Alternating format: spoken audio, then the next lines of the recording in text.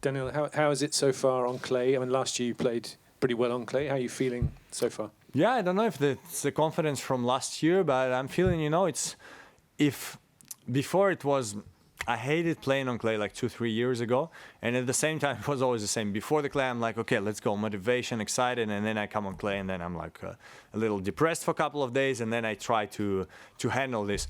Now this year, it's just like, okay, it's a change of surface for sure. You need to adapt your game, adapt your maybe mentality, some shots. But I'm like trying to do my best and looking forward to the tournament. So far it's been very like calm and good, work process. So I'm looking forward. In the match, everything can change to the good or to the bad, and let's see how it goes. Yes, and can you sum up your experience with Gilles Simon, and will he be here? And what's the first step of your duo?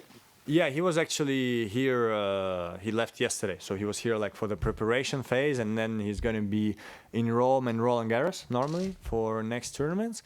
Look, I mean, he's an ex-player, good player, good tactically, and was playing good on clay. So for sure, from his side, he brings some small details here and there, which maybe sometimes we either didn't think with Gilles, or maybe we didn't understand each other with Gilles and didn't understand each other fully. So far it's been working well. It's interesting. Then it's me who plays on the court. So it's me who is the most important, like execution. And we just try to discuss of some shots on clay, which could be better, some positions, some tactical moments. So it's actually not something crazy, but it's small details, and that's how it works in tennis, especially in the highest level. So far it's working well, and I'm sure he's also like interested and happy to work, and we see how it goes. Daniil, can I ask about the return position that you take sometimes in matches, sometimes a long way back behind the baseline? How much do you change that according to the surface, the balls, the opponent? Yeah, I think when I was even like 3-4 years ago, even I remember when I won Cincinnati 2019, so that's actually 5 years ago, I was changing more my position, whereas now I'm a bit more conservative about being back, because I can win so many matches and so many tournaments being there, and then I get a bit scared to say to myself at one moment in the match, do I go forward? And then if I lose the match, I'm going to be in the locker. I'm like, should have stayed back. So that's something I'm trying also to change this year, to be a little more unpredictable and try to work more the position in front, which I can play, which maybe sometimes I'm not as good as from the back. And on clay, it's a bit more important, because guys serve more differently. The serve takes more spin on the bounce. So sometimes, like court, for example, here in Monte-Carlo, it's not too big. So it cannot be really like far back. And some guys, if they kick well, you have to be in front. So for sure, something that on clay, I'm going to try to see how I adapt and what's the best solution. And hopefully you can see me more forward and playing good. Because if you see me more forward playing bad, I'm going to come back. Daniil, can I ask you about the Olympics? Traditionally, the Olympics is very important for Russian players. But does it change for you this year because the way things are, you can't play under your flag? How important is the Olympics for you, given what's been happening? For me, it's very important, because I was in Tokyo, and I always said as a tennis player, and that's how I went to Tokyo. I just went there like another tournament, try to play well, try to win it. And when I was there, I was like, wow, there is something special, which I couldn't feel before coming there. And I really became like motivated by it, and I really wanted to do well. And when I lost in quarters, I was much more disappointed than I was almost ever. Of course, finals of Grand Slam, they hurt also, so tough to choose. But I was like really down for some time after losing there.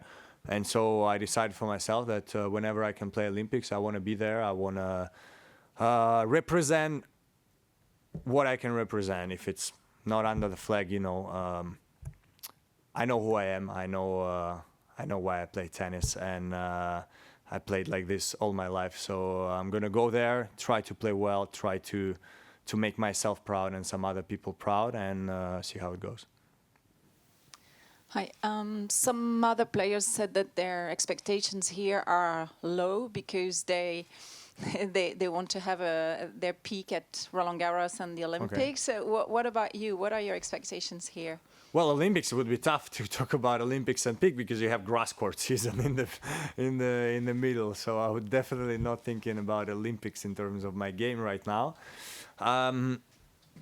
I would kind of say that maybe on hard courts I could say something like this where I know how maybe I can try to be at my peak, where on clay I feel like every match for me is important, every tournament is important. Every match I win is a big boost of confidence for me in terms of what can I do better, what did I do well to beat this opponent. So I probably don't want to have my peak here, but I want to play well every tournament I play, and definitely going to try to play well in Roland Garros also.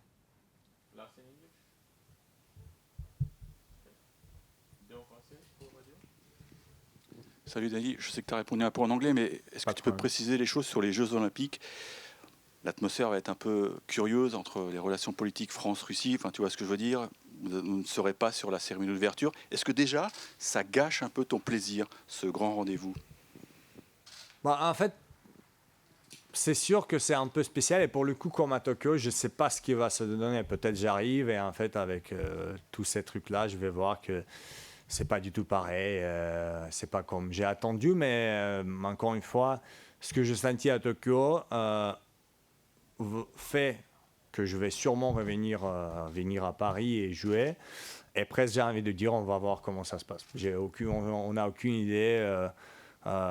Toujours avant le tournoi, si le public est pour toi, contre toi, si le joueur joue bien contre toi ou pas, qu'est-ce qui se passe autour, tous les médias, social médias, je sais pas. Donc, pour le coup, presque, j'attends à ce que j'attends et c'est que des bonnes choses et on va dire la fierté et le bonheur. Et on va voir comment ça se passe. Peut-être ça va être pas du tout ça, mais là, je peux pas répondre pour l'instant. Mais concernant la cérémonie d'ouverture, les Russes ont été exclus de la cérémonie d'ouverture. Est-ce que tu trouves ça injuste ou, vu la situation, tu trouves que cette décision est normale? En fait, c'est là où, pour un joueur de tennis, c'est dur à répondre parce que, par exemple, à Tokyo, il y avait. Et si je ne me trompe pas, je ne sais pas à Paris si c'est le cas, d'habitude, je joue ton premier tour après la cérémonie. Et donc, d'habitude, les joueurs de tennis, ils ne vont pas trop parce que tu es debout ou même assis longtemps. C'est une petite énergie qui te prend. Essaye de jouer le match derrière. Donc, je n'étais pas pour le coup à Tokyo en cérémonie d'ouverture. Je ne sais pas ce que ça donne. Je ne sais pas en plus combien exactement les sportifs russes vont être là. Et après, effectivement, vu qu'on est sans flag, neutral et tout ça, c'est peut-être bizarre. Hein, c'est quoi, le bateau blanc ou pas? Donc peut-être c'est normal, effectivement. Donc tu ne trouves pas ça injuste? Parce que vous êtes des sportifs, donc la guerre, pour vous, vous n'êtes pas concernés directement.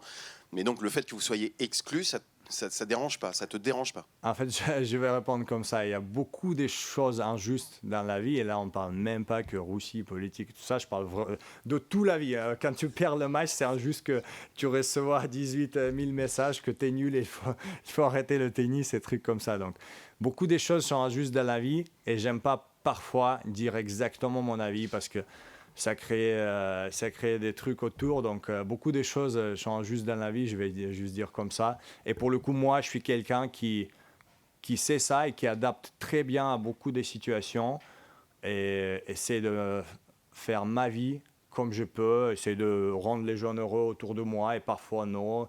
Et vraiment, ouais, j'essaie d'adapter, être bien avec moi-même.